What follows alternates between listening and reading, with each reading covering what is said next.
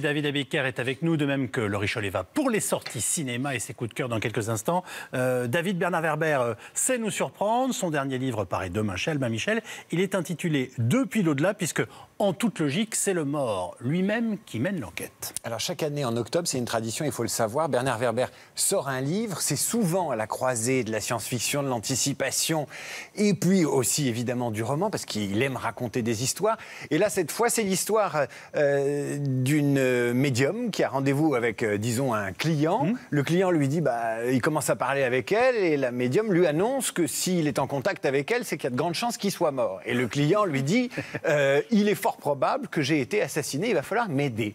Et ce qui est assez amusant, alors Werber a une écriture, c'est un pitch rigolo, et ce qui est assez amusant quand on lit Werber, qui est un homme souriant, sympathique, positif, qui voit les choses avec optimisme, c'est que là, en vous lisant Bernard Werber, je me suis dit que vous aviez une tentation qui était quand même d'essayer la mort, parce que ça a l'air de vous faire jubiler quand on vous lit.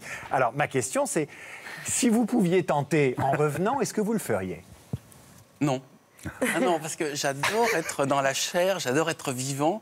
Mon souci, c'est d'arriver à être vivant suffisamment longtemps pour faire plein de livres.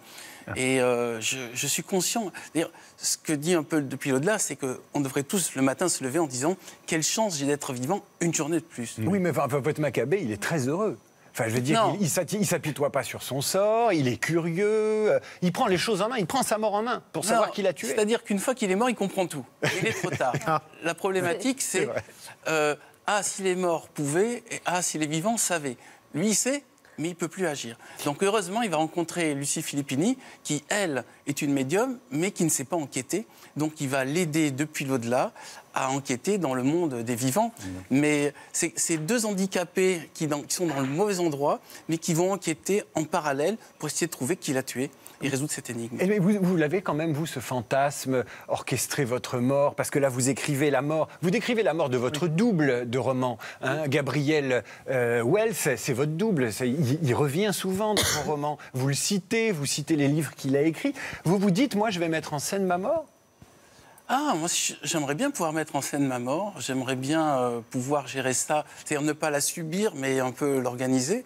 Inviter des gens, savoir qui sera sur la liste et n'y sera pas.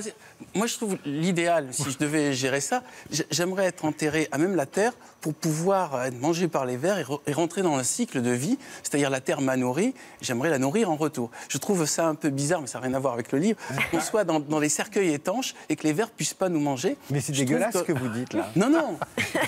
Je suis assez d'accord. Nous sommes des êtres vivants. Non, ça vous angoisse, vous, mais visiblement pas Bernard Werber. On est des êtres vivants.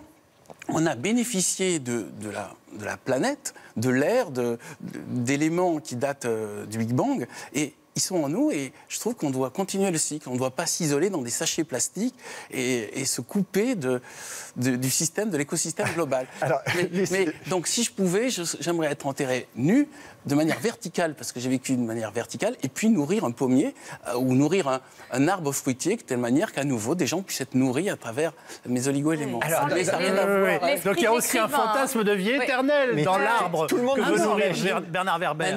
Quelque part, nous sommes tous éternels dans la mesure où nos molécules ne font que changer. C'est-à-dire, rien ne naît, rien ne meurt, tout se transforme. L'une des idées Depuis l'au-delà, c'est que notre esprit aussi passe d'individu en individu, sauf ceux qui décident de rester dans l'au-delà parce qu'ils ont des comptes à régler, ce qui est le cas de mon héros, et qui, eux, veulent rester. Et en fait, j'avais écrit un livre qui s'appelait Éteins à ton note, dans lequel je disais 90% des gens sont incarnés et 10% restent là parce qu'ils ont des raisons, soit ils sont suicidaires, soit... Mais vous croyez à ça ? Ou vous y croyez pour les besoins du livre ? Vous vous inventez des convictions de romancier ? Je finis la phrase. Oui. Et en écrivant Depuis l'au-delà et en discutant avec différents médiums, ils m'ont dit non, il y a 90% des âmes qui restent là parce qu'ils ont juste précisément des comptes à régler, ils veulent savoir qu'est-ce qui va arriver à leurs descendants, ou en fait ils veulent savoir la suite du film, ils veulent pas être recyclés et rebootés, et il n'y a que 10% qui acceptent de se réincarner. Donc ça veut dire que la plupart des gens, selon les médiums, restent là. Mais alors les médiums, vous en avez rencontré pour faire le livre ? Alors moi j'ai une formation de journaliste scientifique. Je suis comme saint Thomas, je crois que ce que je vois. Mais ça n'empêche pas d'avoir une curiosité. Donc le terme exact, c'est agnostique. Je ne sais pas. Donc je ne vais pas dire ça n'existe pas, je ne vais pas dire non plus ça existe, je vais juste dire, je vais essayer d'accumuler toutes les informations sur ce sujet afin d'informer les gens et puis que chaque lecteur se fasse sa propre opinion librement. À la question de David, qui était quand même, est-ce que vous avez rencontré toute une pléthore de voyantes et... Non, mais comment vous ressortez de ça? Quels ont été vos... Alors moi j'adore raconter des histoires, mais j'adore qu'on m'en raconte. Et la première fois que j'ai rencontré une médium, elle m'a raconté toutes mes vies précédentes. J'ai dit, attendez, je vais prendre des notes, c'est vachement bien. Je ne sais pas si vous les avez inventées exprès pour moi, il y a un vrai talent. Ah oui. Mais est-ce que vous avez dit que vous aviez été pharaon? Est-ce que vous faites partie de ces gens qui, quand ils voient un médium, qui les a convaincus, disent, j'ai vu un médium, j'y croyais pas, mais alors celui-là, lui, il se trompe jamais. Pas du tout. Mais ce que je lui ai dit, vous savez, j'y crois pas parce que 90% des gens étaient soit paysans, soit soldats, ils sont morts à 30 ans. Donc, la plupart des gens ont eu des vies complètement inintéressantes. Oui, c'est ça. Comme par hasard, tous ceux qui vont voir des médiums, on leur raconte qu'ils étaient Cléopâtre ou Napoléon. Absolument. J'ai dit ça, elle me dit, mais vous savez, vous avez eu 111 vies. Sur les 111 vies, il n'y en a eu que 11 intéressantes, je vais vous raconter les 11 intéressantes. J'ai dit, c'est génial, je m'en fous que ce soit vrai ou que ce soit pas vrai. Ce que je vois, c'est que vous me racontez une jolie histoire qui explique certains des événements de ma propre vie. Et en plus, ça me met ma vie en perspective. Donc vous y croyez? Non.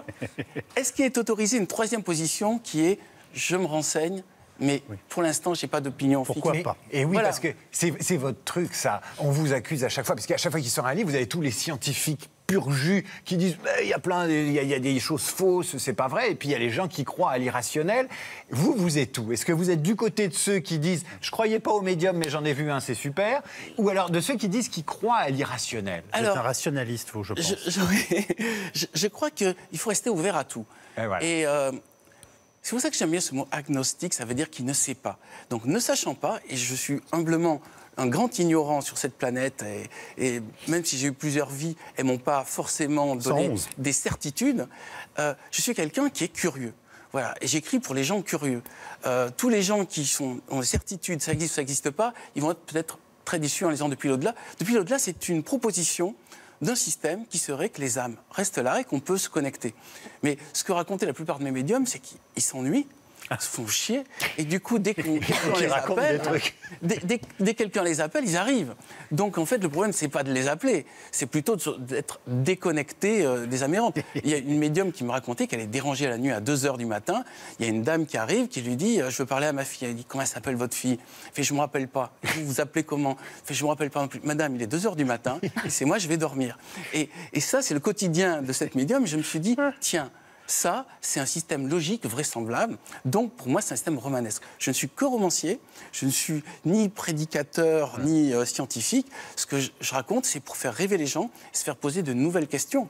Mais je crois que la question « qu'est-ce qui nous arrive après la mort » est une question intéressante. Vous êtes en tout cas ça. Moi, je ne peux plus le regarder sans l'imaginer droit dans la terre, tout nu, en train de se décomposer. Tout va très bien, il est en pleine forme et par ailleurs c'est un esprit curieux. Donc il va s'intéresser aussi au cinéma et aux sorties, au coup de cœur dont va nous parler maintenant Laurie Choleva. Alors j'ai eu un gros coup de cœur, vous allez en parler demain, c'est Le Sens de la fête, la nouvelle comédie du duo Éric Toledano, Olivier Nakache, un film drôle qui fait du bien. Mais il y a un autre événement qui sera donc demain dans les salles, c'est la sortie de Blade Runner 2049. Et oui, on se souvient, en 1982 sortait le film culte de Ridley Scott, Blade Runner, qui a marqué toute une génération.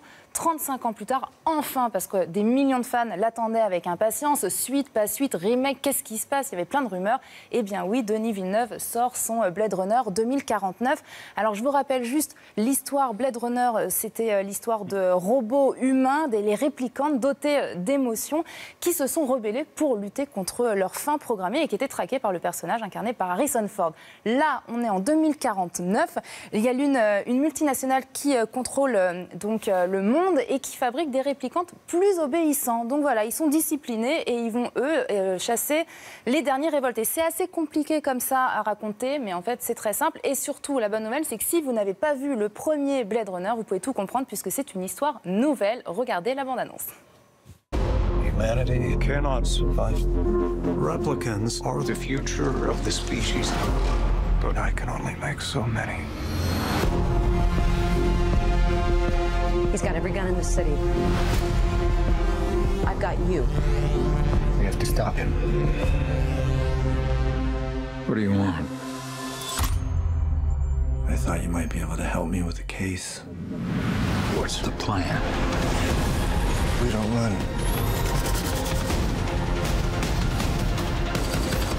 You do not know what pain is yet. You will learn.